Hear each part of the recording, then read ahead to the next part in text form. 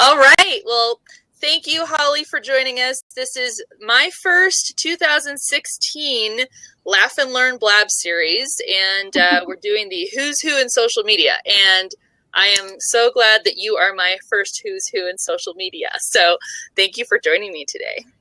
Thank you for hosting. This is so much fun. Cool. Well, I have really gotten into this whole Blab thing, and I'm loving it. So it's so addictive, right? It's terrible. It is. It's like just like sucks you in. I think the first, I can't remember. I think I was on Jeff's Blab actually, who's over. He joined us today, and I think I was on a Blab with him, and then I got into another Blab, and I think I did like 3 Blabs in the same day. And finally, I'm like, wow, I should really go do other things. So it's very. I saw you. You've been all over today. Yes, apparently Thursday was my Blab day. So what's up? Well, I'll let us get started. And what I'd like to do, I wanted to jump in, and I'll share some links of yours as we go. So you can just feel free to talk and share links too as you like.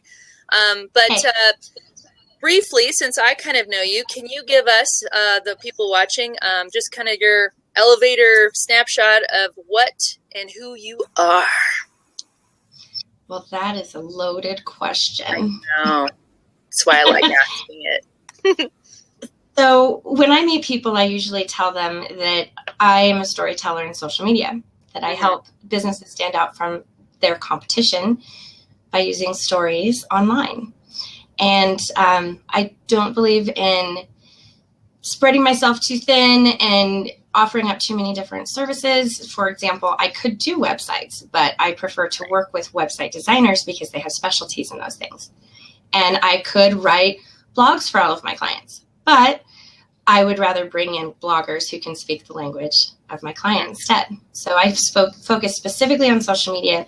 We build, we brand, we bio. We take your story that you've got in your website, the things that you really like to focus on, your ideal target demographics and pain points, and compose that into a really robust, keyword-heavy story in social media. And after that, we train. So I work in a lot of opportunities where I can speak to groups about the importance of social media. I do one-to-one training. We have an e-learning membership site that's coming out in just a few weeks. Very, very excited about. And cool. Also corporate policy and procedure training, for those companies that have their own marketing teams that maybe don't have a specialist in social media, we'll do that as well. And my team works on content management and engagement. And we also have a service called LinkedIn prospecting. So it's a lot of fun. That's cool. How big is your team at Social Media Advisor? Well, I've got myself, obviously. I've got 2 admins, and I bring in specialists as I have them. So my friends at Colorado Women in Social Media, who all work with different industries, I'll bring in those ladies for different opportunities from time to time, as well as my consortium, which is kind of my secret pocketbook of those specialists who write copy for websites and write different types of blogs. So I like to refer as often as I possibly can. Yeah. But our entire entity here is based out of Colorado, and we don't farm anything out overseas. Like to keep it local. Right.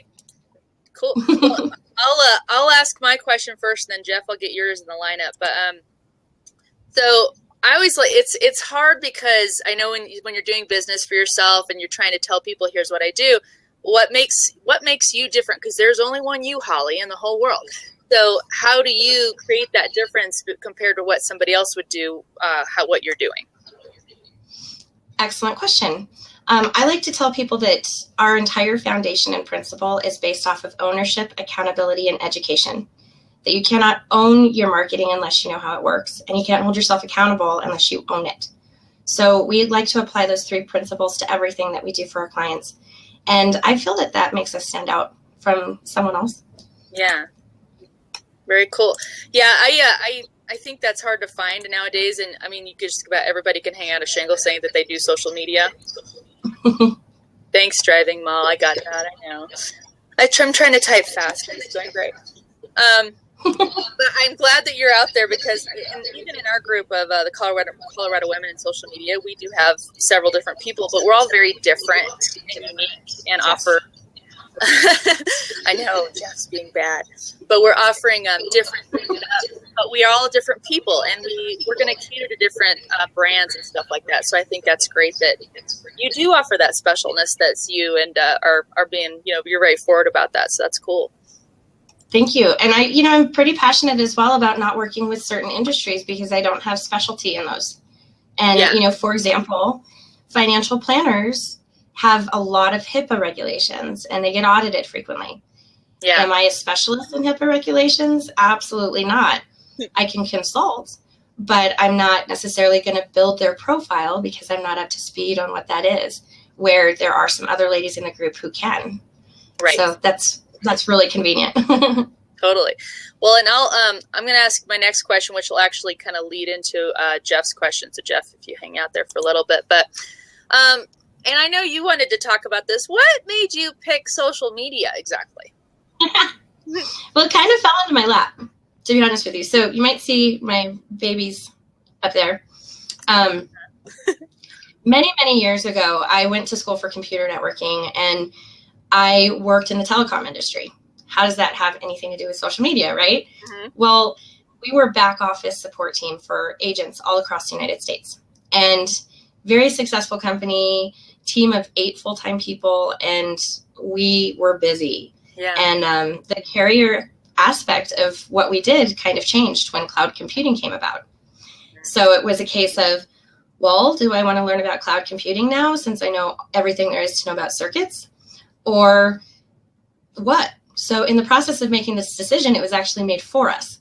The carriers started offering large compensation programs for people to not use their own teams. Right. So it changed overnight. So about 7.5 years ago, one of my clients came to me and said, well, you're on this LinkedIn thing, and why don't you build out our profiles and come up with a strategy? And that's how it all started. And so from LinkedIn to Facebook to Twitter and so forth, it's been a blast. Nice. And so that's how, back history, how I picked social media. Yeah. I actually love the ever-changing flow of how it works. You have a kitty. I really do. He just doesn't really care that I'm on a video right now. I know. Thanks, my dear cat. He's I don't know what he's doing, but yeah, he's part of my team. He's part. That is a total photo. I know. Well, that's what makes it real, right? I mean, he's part of my team. He's my morale team.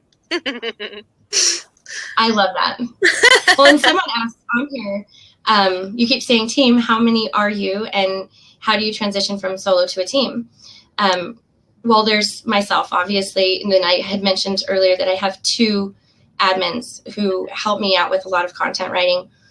But team for me is that consortium that we were talking about. And as an entrepreneur, it is not easy to bring people into projects, especially when they're your babies. Right. So going from a solopreneur to an entrepreneur who has team, I look at all of my social sisters as my teammates. I look at all of those specialists in online marketing as teammates, as well as my admins. And it was really a matter of soul searching for me. What do I enjoy doing? And everything I don't really enjoy doing, I need to find someone who specializes in that and bring them in. So that's how that started. That's great. I'll let Jeff, I know I'm skipping your other one, but how many people are on your team detail each account segment? So I don't know if does that make sense? I'm not sure what account segment is. So Jeff, if you want to expound on that a little bit and we can answer that question. And let's see, one thing I wanted to ask you, and you talked about already like who's on your team and stuff. How fast did it take you? Like how long did it take you between staying solo and growing your team to where you are now? Well, I've been working with a business coach for about 9 years, and throughout the transition of going from the telecom industry to social media exclusive, and transitioning that was quite a journey. And had I not had someone help me to plan that out, write policies and procedures so I could prepare myself for bringing on team, it would have been virtually impossible. It is possible, people can do it. But you take one little thing at a time. Yeah. One little thing that you don't like doing, write out what that job might look like. Yeah. And then you bring in that person. So, example, this year, I brought on a bookkeeper. I can do books. I know how to. But it finally got to the point where I just don't want to spend my time doing it anymore. And what I found is these people actually takes them a lot less time to do tasks, because we kind of, when we're doing things that we dread, it's not fun. And then it takes us longer to do, and we might multitask at the same time. So that person is dedicated to just books. And so I hope that helped answers your question. Yeah, I think it does. And then thank you for answering that. That's actually really helpful too. I mean, even for me, because I know as an entrepreneur or solopreneur, as you were putting it too, appropriately so, that's always the question. It's like, how do I make that big leap, which feels like a big leap, you know, and just, I love what you talked about, it soul searching. It's just like saying, okay, do I want to do this? No, I'm not good at it either, or I'm not the best at it that I could be. And just saving yourself talent for the stuff you like to do, and let other people handle the stuff that they like to do and pay them for it. Exactly. And this is the perfect time of year to be focusing on those things as you're writing down your goals and your business plans and everything else. Maybe you bring in someone who does the spreadsheets and reporting and, you know, other things like that. And so it's a good time of year to be thinking about it. And then take your time to research these people and investigate and get recommendations from their past clients. Exactly. And there was a question too. Yeah, I'm sorry. Go ahead. I was noticing it said, how many accounts do you have? Yeah. And how does your team split the work between accounts? I do have confidentiality agreements in place with all my clients, so I can't really talk the specific industries, but I can say most of them are service related and professional. There's some B2B and B2C accounts that we have, and how we split up the content that we're producing for them is based off of experience. Right. So, for example, if I have experience with a ministry or nonprofit, I might be the one to take on the content for that account. Sure. That makes total sense. Yeah. That's great. Thank you and that does make sense if you want to have the confidentiality, but you go where the strengths are and let your team work on the ones that work. Let me jump into my next question. So we're talking about that. Now we talked about social media, and that just kind of made sense. What's your favorite platform? You know, this is a question I was going to ask you too. Oh, bring just it. Saying. Well, that's okay. It's a back and forth. It'll work. It depends on the use. I really like the relationship component of Facebook, but I love the professionalism of LinkedIn. And I liked the fast-paced activity and visibility of Twitter. Yeah. Blab is super fun. Yeah. I do enjoy Pinterest to categorize and get ideas for different things.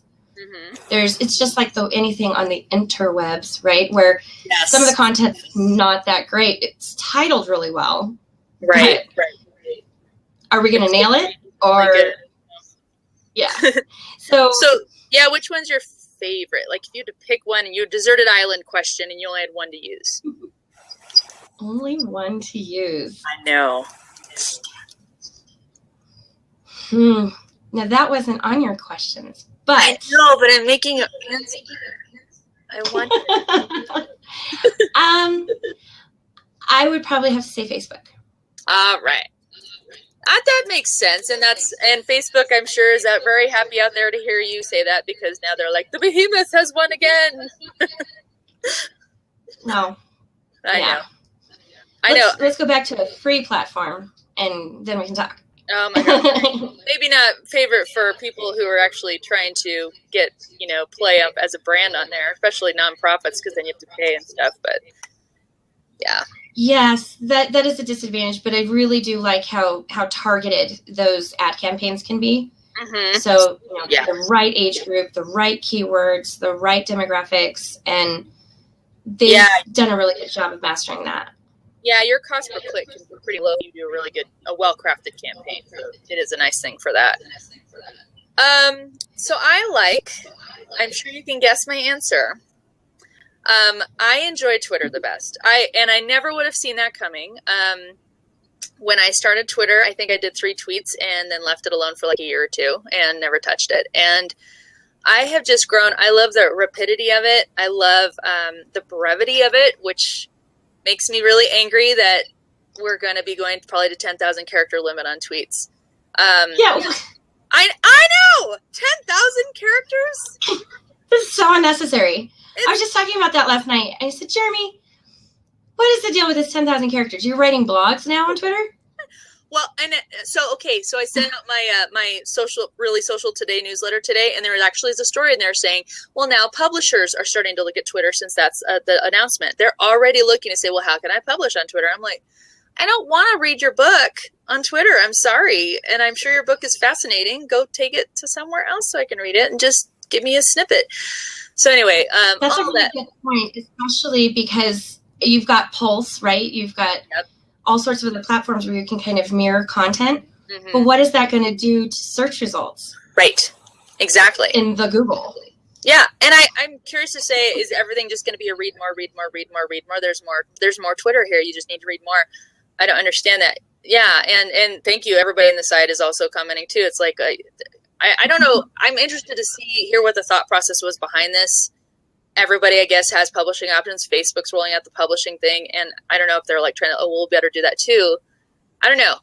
Anyway, as of right now, as of today, Twitter is my favorite platform. So it was funny because someone asked me on my last business card why I didn't have my Twitter handle on there. I said, and they're like, well, you say your Twitter's your favorite. I'm like, yes, today it is.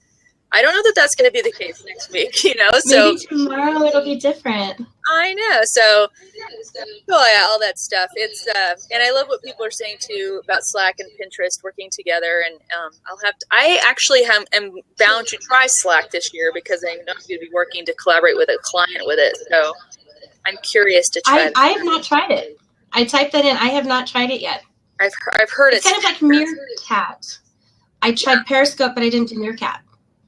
Yeah, I tried Meerkat once, but I have done Periscope more. But I did see where Meerkat got like one of the top apps of the year, and Periscope did not. So, yeah, I know. Well, and again, I'm gonna get. Actually, I'll go ahead and I'll put Jeff's question up since we're still talking social media. How do you handle explaining return on investment of social to clients? This is a good question. This is so fun to talk about. Okay, so here's my philosophy. It's my philosophy. No one else has to own it. But I look at social media. There's two trains of thought. There's lead generation, then there's relationship management. Mm-hmm. I look at social media as a relationship management tool. Mm-hmm. All of the potential opportunities to get to know, like, and trust someone, my potential customer, or people who are in my circle or my village. And so all the content I'm sharing is going to be informational and of value to them, because I want to romance them with things that might be of interest to them. Yeah. Now, when I look at lead generation, let me take a step backwards. I don't really feel that there's a way you can cost justify an ROI of a relationship.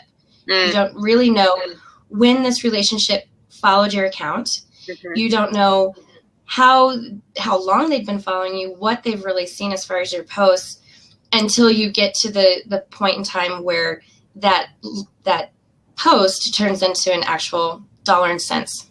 Right. So just like there's really no ROI of a website either. It's really an online presence to prove that you're a valid business. Right. So having social proof, taking the time to do it, is just as valuable, because if you're not consistent, then there's no proof that you're an established business who's active and focused on the audience. Now, when you're talking lead generation, that's when you talk ROI. That's when you can say, I've put this $20 toward this ad campaign, and these were the results that derived from it. Mm-hmm. That's when you're really looking at that piece. But taking the time to put content out there, it's very difficult to identify and quantify that. Agreed. I totally think that's true. I actually have had, I've been asked a couple times by clients, hey, can I do a trial of a pretty short stint? And I'm like, we can assess that. I'm just going to, the shorter it is, the less of a goal we can have. It might be website traffic and that's it. the longer term we can do a trial or an agreement, you're going to see more return there and more, of a broader scope of it than if we just try it for a really brief time. Sorry about the echoes, guys. It's kind of intermittent. See, it's intermittent. It's not happening right now. What about driving mall, and what about ROI on associating with influencers? Is that enough for you?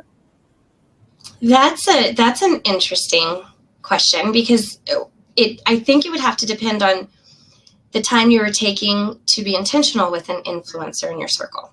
So if you were tweeting with that influencer and they were replying back to you, is there a lot of time that went into that, and what is your time worth, right?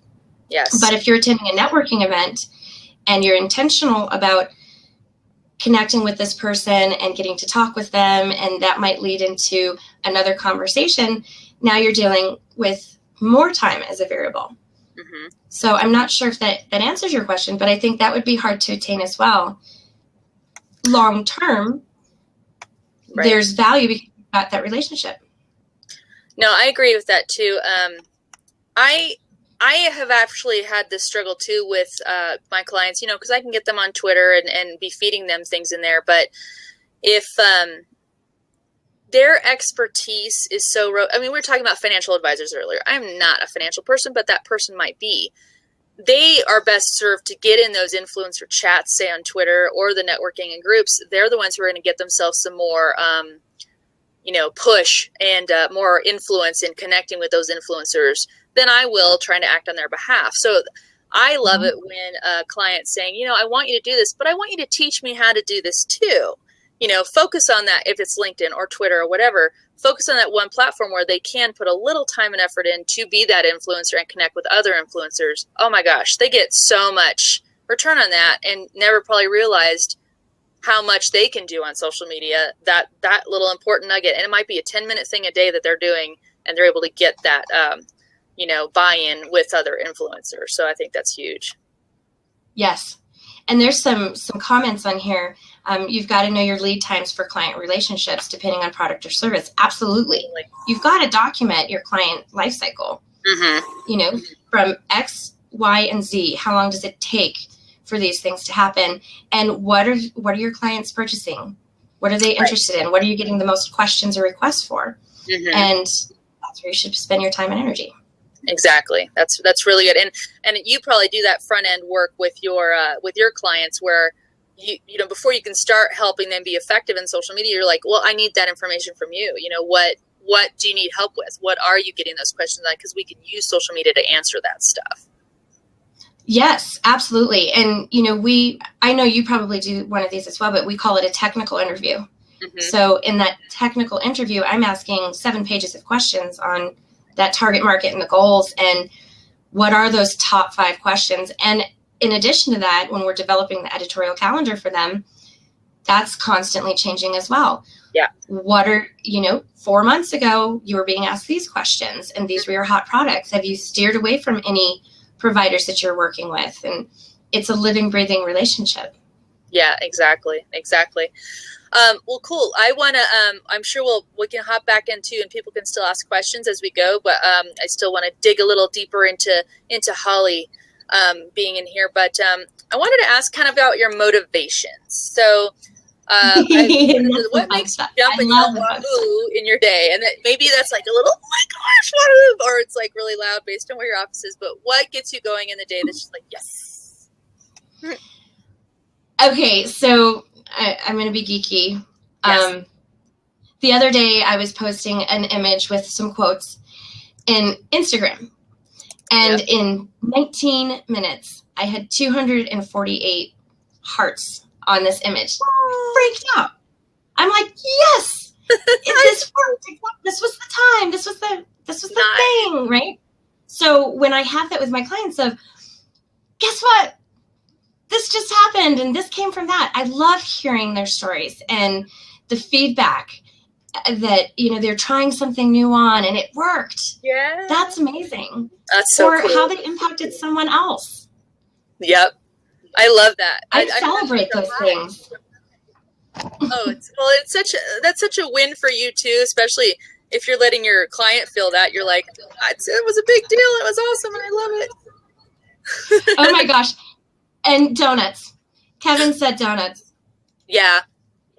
Yeah. No, and I think that actually was one of the questions you had asked me to ask too, and I can answer it as well. But what's your spoil me treat? So you need to get spoiled. What is it? I like chocolate. Anything chocolate except for bacon covered chocolate. Chocolate covered bacon. Oh, yeah. I like bacon in just about anything except for chocolate. So give me bacon, give me chocolate. I'm a happy girl. I don't blame you. Yeah, chocolate's mine. I love chocolate as well. Let's see. I'm trying to think. I don't know if you're familiar with Good Times. The fast food restaurant? Do you like spoon benders? Have you had a spoon bender? No. Is it like a blizzard? Oh my God. It is so much more than a blizzard. It's custard, ice cream, and whatever you want. And they do mixes and stuff, and it's amazing. And they have a cookie dough one. They have a salted caramel one. They even, if you have dogs, you can go through and get them a paw bender. So they have a dog version of it. It's awesome. It's awesome, Kevin. Know it, love it. It's amazing. I think Good Times is our solution since we don't have In-N-Out in this state, which I'm okay with In-N-Out. My husband's like, it is well, yeah. Good Times is strictly in the States, but you definitely have to try it if you come over. Anytime people try Good Times, they're just like, oh my God, I see now. Okay, so seriously, try what Rachel said. Then get the wild fries with the wild sauce. Oh, those are so good. Those are delightful. I love those. And I love the little Bambino burgers they have. They're awesome. So we should really have had Good Times on here too and be like, hey, we're pushing your product and you should give us money and dollars. Right? Too funny. Thanks, Kevin. We have Good Times. We don't need a restaurant for it. Well, let's go. Let's flip the coin. What makes you completely crazy? And I think I put in my notes, you don't have to name names, probably shouldn't, but what just is to you? Okay. I don't like when people like their own stuff on Facebook. That's awesome. I love you. It's a pet peeve of mine. You just posted a status update and then you liked it. It's so awful.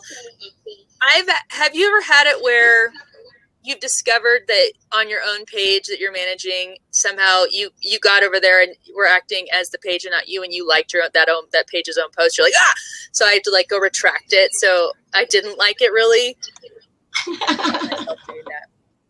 Tricks of the trade. Yeah, that's right. It's like I have different users in Chrome, so I can go back and forth and not mix the two, because that does drive me batty. I'm like, don't. That's like patting it. Don't be all Kanye. Don't do that. Don't be Trump. That's right. I'm amazing, and I even think I am. And I want you to. No, I know I am. I tell I am. Also, want to find out, do you have any idols or mentors that you'd like to share that really have inspired you or do inspire you today, and why they're important? Okay, so I did have a question about this question. Is it influencer related to my industry or in general?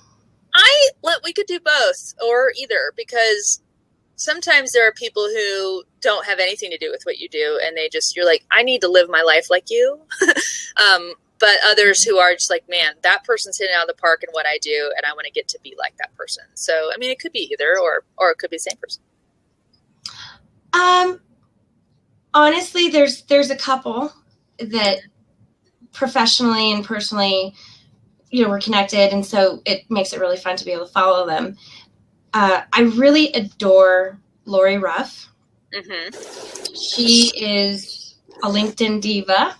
Yes. And she's now with a company, and she's just got a giant heart. And I just think if I could make an impact in someone's day like she's done in mine, just that personal touch, inspiring message, that verse that she shared, or the impression that she made with someone. Yeah. That that's big for me. Kind of like that Mother Teresa. Like, I get to give back and just have a big, honest, huge heart that I wear on my sleeve. Right? Yeah, that's great. So, yeah, I love people who give back to others and serve and get in the trenches. And I can't say that there's just one. Oh, okay. So your turn. Oh, okay. This is a recent one. So I started my business after working at another company, and it was a startup. And I knew I wanted to like be a manager and help people grow, get them. It is deep. Kevin's like deep, and but get people to grow. And I also geek out. You know, when you were talking about a client seeing success on their social media, but I geek out when someone is trying something new or just trying their, spread their wings at something. And yes, Kevin, go ahead and ask a question. Do that little /Q, what is it, /Q thingy? /Q, and then ask your question. Yeah, when I worked at this company, and the CEO there, she was a woman, and, kind of close to my age, and she was so great because she was all about transparency. She wanted anyone in that company, no matter what their title was, to be able to come up and give her an idea, or say, I see a problem, and nobody else is acknowledging it, or my manager's not even hearing it. And she was always able to say, well, tell me, I want to fix it. I want this to be right.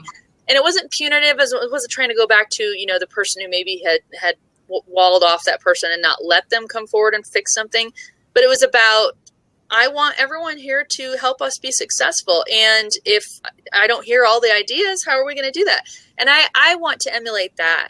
As I do grow and have a team and have people working with me, I want to be transparent and encouraging, and I want to have accountability as well. But it was such a good balance. And so she really inspired me to be like, that's the kind of leader I want to be, where I care enough about people and I want to make them care enough about the work to bring all the good ideas to the forefront. So that's kind of a recent one. So that's so valuable that you had that experience with someone, because that's how the customer service relationship in the workplace should really be. Right. Everyone should have that experience.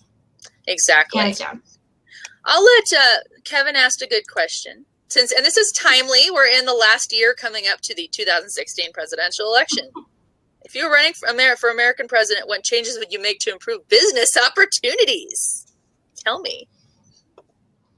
Okay, so I prefer not to share politics and social media, but being that I'm a small business owner, the one thing that I would say is I would encourage the small business owner and reward the small business owner for creating ideas and job opportunities. Mm-hmm. I think that's perfect. That's a good answer. That's actually a very political answer. That's good. It sounds like a politician. Like when they ask you a question, what are you going to do to this? America is a wonderful country for opportunities. And they get into a platitude, but that's true. I mean, I think that with good times for free. I would reward them with good time French fries and wild sauce. I think that's a perfect idea. God, you could run on a platform. I'd vote for you. Let's do it. I'll be your campaign person. It'll be awesome. I'll be your Twitter person. That is hilarious, Kevin. I just adored it. I'm totally going to follow you. That's right. Let's get a little more into your history too. The pre-social media advisor days. Before you started doing your work with social media advisor, what were you up to, and what kind of segued you into that role? So I've been an entrepreneur for 12 years. Oh, wow.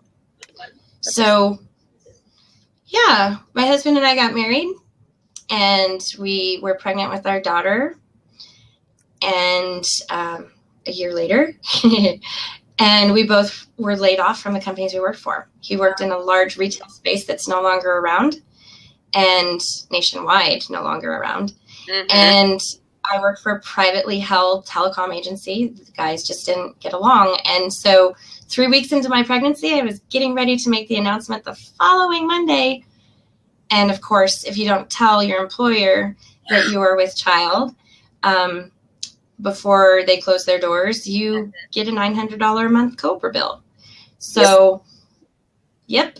So I had this just unique gift, and that's how I got started. I started calling people that I had networked with in the industry and built the business from there. Wow, that took some guts. I mean, well, and the whole saying necessity is the mother of invention. That seems like it was like, I need to make this work and let's go. Right? Yes. Ugh. Would I have done anything differently in my past to get where I am now? Right. That's a deep Yes. one.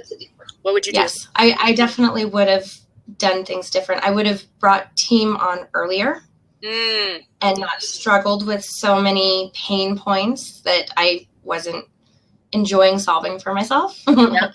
No, that makes sense. And that's something I'm going to continue. Cool. Let's keep bringing people on that do what they do best. Agreed. Oh, Trevor has a question. I'll let you answer there too. If we asked your clients to describe you in one word, what would they say? Awesome. Because that's my hashtag. Be awesome. Be awesome. I love that too. And you have that's such a good tag you put everywhere. Be awesome. I'm like, well, yeah, I want to be awesome. You see it's right here. Well, and let me post this next. Actually, I'll just ask you outright. What, conversely, from the things that you wish you'd done differently, what's one major thing that you can think of? There's more than one for sure. But what's one thing you can think of you're absolutely glad you did when you did it to get you where you are? Signing the confidentiality agreements with my accounts. Protected some of my policies and procedures and techniques. Smart. That I use internally, as well as protected them from exposure, visibility, and trade secrets. That's brilliant. So, and again, you have confidentiality. So, can you say the burned hand kind of taught best? That's what taught you or told you to kind of do that? Well, I had always, being that I worked in the technical industry, I'd always had to sign one. Because, you learn trade secrets within your company, and then you go to work for another company, you take those trade secrets with you. Do you share them? Do you not? And so that was always a thing. You had to have that in place. So I always knew it was there, but I have watched too many people get hurt over the years by bringing on team members, teaching them your methodologies, and then them starting their own business and now stealing your clients because they know who they are. Yep. Oh, that's awful. And there's something to be said about client loyalty. And if a client is in fact loyal, if they knew that there was an employee that worked for you that then tried to prospect them, they shouldn't naturally go. Right. But sometimes dollars and cents do matter. Yeah. I think that's a huge point. And frankly, I will say, I mean, that teaches me a little too, because I tend to try to think the best of people. I'm not naive. But I'm a very transparent and, accountable person, and try to be like, well, I want to treat you fairly. If, a client comes to me and says, I want this from you, I'll be like, I could do that for you, but I know this person could do it way better. And I feel, I'm going to pay it forward and let them do that. But there are people out there. And in my past, I've met them too, where it's like, they'll take advantage and do that. So I think it's very advised for you to put that out there, that you really do need to protect yourself. You may not need it, but maybe you should have it in place just in case. People do suck. Yeah. Thank you, Kevin. And it's not necessarily the case anymore where we can necessarily do business with a handshake. We've got to have some things in writing. And so, everyone that does business with high dollar amounts that doesn't have something in writing, call a lawyer, because it's more cost effective for you to pay a few $100 to $1,000 now for a solid contract than to pay tens of thousands of dollars down the road if there was something that came up. That's exactly right. That's just thinking long term. That's really good. I'll put Kevin has another kind of introspective question for you. This is hard. This one, I mean, this is like the deserted island. You have to design your own social network. I got it. Okay. Do it. So I'm going to use the reference that my husband says. He calls social media the tweet deck, hoot face, pin blog plus something. Okay. So we're going to encompass all of it. We're going to call it the tweet deck, hoot face, pin plus blog. And with that, I want to be able to see updates from everyone that I'm following. Oh. So if I'm following a page, I'm not going to build this funky algorithm.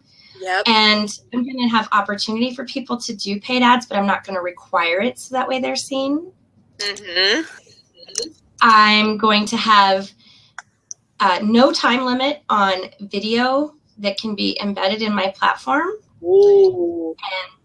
And I'm going to maybe incorporate some GIF images, GIF images in my profile pictures and everywhere so that we can always see movement and action. Yes, movement. I love hashtags, so that's totally going to stay. Yep. That's what do you think? I like that.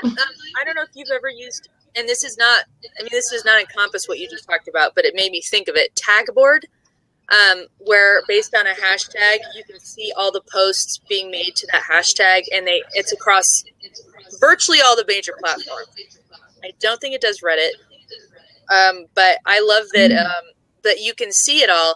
That I have often wanted that because you can get in Hootsuite and be like, well, I can see if my stream of LinkedIn. Well, then I got to switch a tab and see Twitter, and then I got to switch a tab and see that.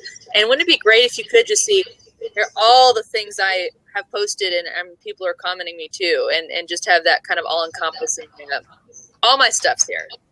That would be the love. Gosh, if you're like really engaged though, you would just have like, I can't catch up, and I need lists for the list. Yes. It should all just be within one thing. We shouldn't have all these varieties. Let's just do one. I know. And make it amazing. I think I would. So I think if I had to do one, and there may be one like this out there, who knows? I think I would be just a total GIF. That's it. You only speak in GIFs, and that's it. And it's just reaction. I love that would be awesome. And then it'd just be like, oh my God, I got to find the best GIFs ever. And then, but imagine that. I have a plan to make GIFs of myself where it's like me just kind of going, and that's my GIF. My response is like, I don't need to say a word. You can just see my face that, oh my God, I think that's weird.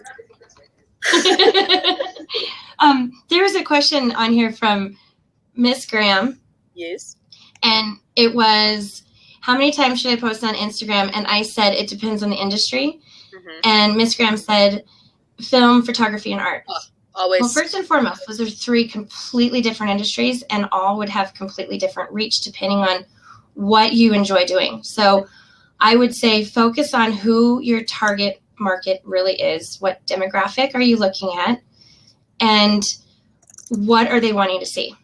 That's going to base your strategy on how many posts you're going to put in any given platform. So that's right on. I hope that helps. If you've got a lot of people, Instagram has tons of images, right? But is your audience actually in there? Is it photography for firefighters, or is it photography of puppies? Is it like National Geographic? That is all going to vary depending on who that ideal customer is. Right, and like National Geographic, you probably want to make sure you're incorporating locations and stuff into your tags versus if it's just pictures of cats. You wouldn't need to do that. You know? Unless the cats were like lions. Yes. Well, or my cat is over here, so I totally need to, because we saw my cat. Anyone who wants to watch a replay of this video gets to see my cat will crawl behind me. Beautiful, big cat. But that was amazing. Yes. Like, you're doing this now. This is great. Can't control it. Also, I've posted throughout too, and I just posted Holly's email in the sidebar as well, in case you have any questions for her. But we have a couple more before we wrap up. And thanks to everybody who's asking questions too. Those are great because I love that. It's not just me asking the questions. Everybody should be asking the questions. So let's have some more fun questions. I have one. Oh, what do you got? Do it. If you could be a superhero, who would you be and why? Should I answer first? Do you want me to answer? Okay. I have always, and this is so weird because I loathe spiders. I would be Spider-Man. Because I've been bitten by a spider and now I can be faster than all the spiders and they can't ever get close to me because I have spider instincts. But also because then he swings his way through. I loved back in all the cartoons of Spider-Man. He is so sarcastic and just kind of quippy and funny, and I love him. Yes, I appreciate Deadpool is also that way, but a little dirtier. But I love Spider-Man. So That's a great answer. He makes me happy, and I always like that he's just like, oh God, all you people who are super impervious to pain are stupid. That's a great answer. I am terrified of spiders, so that would not be my first pick. But I loved Wonder Woman. Yes! Because she had those cool bracelets. See, I even have a watch that's like, oh, that's awesome. Big, like her bracelet. And her golden lasso, always tell the truth. That's right. I love her. She's on. Did you see she's in the new trailer for the Batman and Batman Superman film? Yes. Can't wait to see it. That was a nice surprise. I mean, she all of a sudden you're like, oh my God, it's her. Oh my God, Wonder Woman's in this. Do you remember? No spoilers. Did you see Linda Carter's Wonder Woman, or are you old enough with me to know that show? Oh, honey, you don't know how old I am. We can share that. Yes. I'm glad you know, because I bring that up. Linda Carter, they're like, what? I'm like, oh, so old. No, and she was stunning. She was beautiful. Oh my gosh. Beautiful, gorgeous woman. All right, let me ask you this. What? Oh, I did too. My brother had Spider-Man underoos, and I wanted those instead, actually. Underoos were awesome. Yeah. Where are they? Those are the best things ever. And they should come back, because I know, right? Superheroes are back. But now they have those full body PJs. That, if you've seen those of Batman, Superman. Yeah. My son, actually, he's got a, the costume, the Halloween costume, has got the fake 6-pack. He'll wear that to bed sometimes. It's pretty funny. That's perfect. Like, okay, buddy. Let me ask you this. If a movie were to be made about your life, who would you choose to play your role? Easy. This one's easy. Okay, so do you remember Punky Brewster? Yes. Mm-hmm. What's her name? Soleil Moon Frye. Okay. So when I was a little girl, I had the freckles and the pigtails. Aww. Oh, I was totally Punky Brewster. And so she came to Colorado. Mm-hmm. And she was doing a autograph signing thing, and I got to meet Punky Brewster. Everyone called me Punky, right? So I got to meet her and sign my little thing, and she looks way different now than she did when she was younger. Right. But because she looks so amazing, oh yeah, totally pick her. Oh heck yeah. What about you?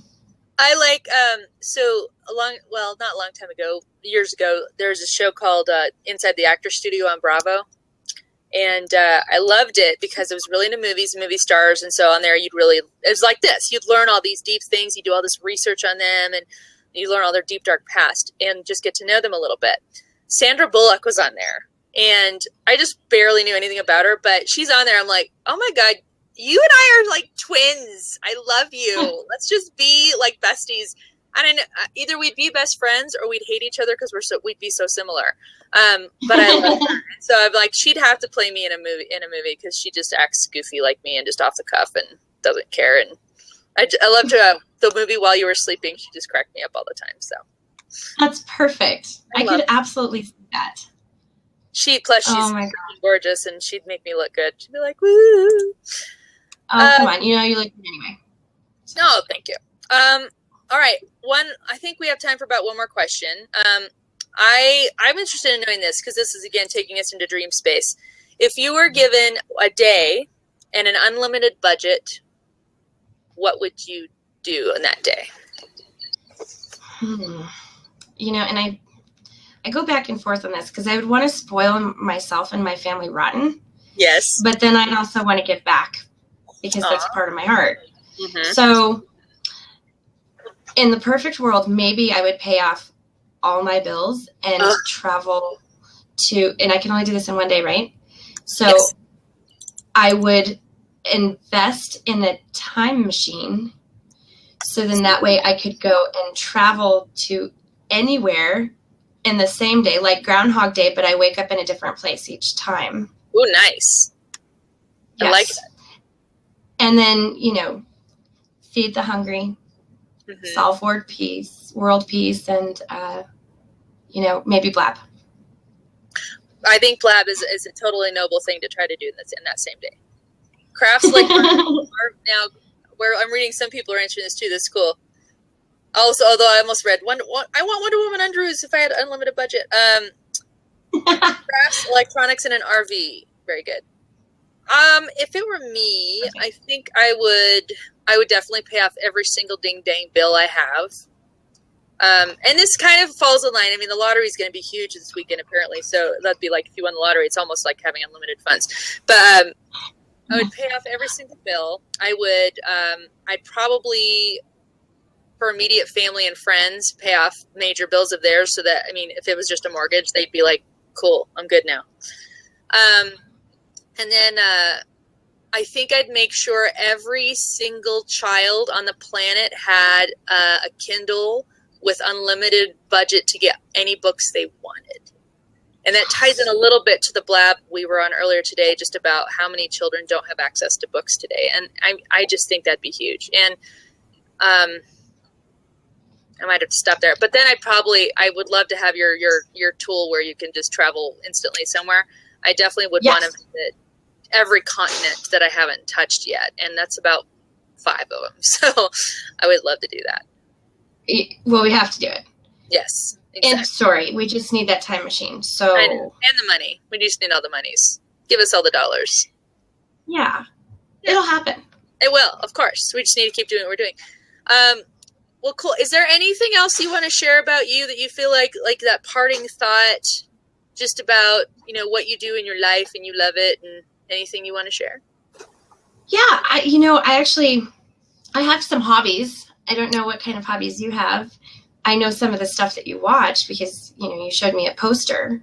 Yes. Just a minute ago. That's right. And I happen to love Star Wars as well.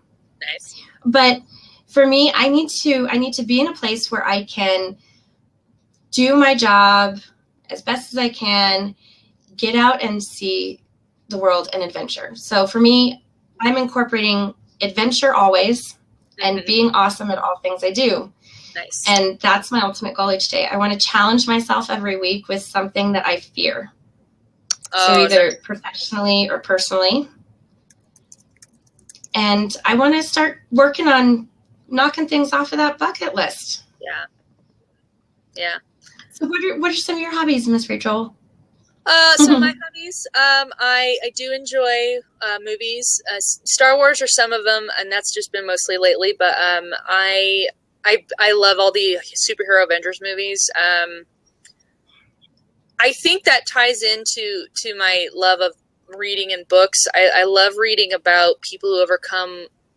They have to become extraordinary because they have to overcome what possibly are ordinary circumstances, but they do that because they're extraordinary. And I love that because when you read, idolize those kind of people or get influenced by those, that you feel like I can overcome just about anything. And I do feel that. I feel like I've gained a lot of my optimism from reading and seeing things like that. So I love inspirational stories like that where I'm like, yes, somebody just overcame something huge.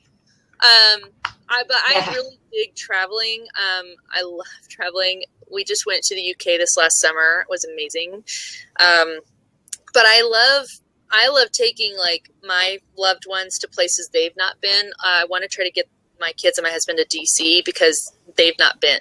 And just to see oh my gosh, this is where we're government, our federal government is seated, but also just see this history of here's the White House, here's these memorials, and just feel that there. And so I just love experiencing, kind of looking back at what has been. That gives me a lot of excitement for what's in the future. So that's a couple. Well, yeah, and taking your life out of online and actually experiencing the moment and where things were, it makes it a lot more practical, I think, instead of just seeing things in the media, on TV, in the radio. Yeah. I can tangibly touch this wall, this statue, this painting. I get to see it in person. There's something really beautiful about that. Well, and that's one thing with my brand too, with being really social. I'm I love social media, but I also am a huge believer in the in-person stuff. I mean, I can't be an effective social media presence if I'm not physically talking to people, you know, and in their face and meeting them and doing that handshake and, you know, interacting with them over coffee and stuff. I'm not gonna be able to do that social media thing well if I'm not doing that too. And that's where that's why I love doing things like this, because I'm learning about you as a person. You're an expert in social media and you're the who's who, in my opinion. And there's more to you than just sitting behind a keyboard and, you know, posting GIFs. And you're actually a real authentic person and engaging in real life. And that's why you're awesome. Be awesome. You are sweet, and I just adore you. So thank you so much. And I haven't known you that long, and I still really like you a lot. So, love you. Well, thank you. I love you, man. Thank you. I don't love you, man. Thank you for being on today and helping this first of my Laugh and Learn Blab series be awesome. It was awesome today to talk to you, and I appreciate your time. And this will be so cool. And I'm looking forward to we're going to meet more of our social sisters on these in the next months. But you were first, so that was awesome. But that's a huge honor, and thank you so much. It's been a blast. Thank you. And I'll just remind people too, this will be on my website later, and I'll make sure you get what you need to if you want to share.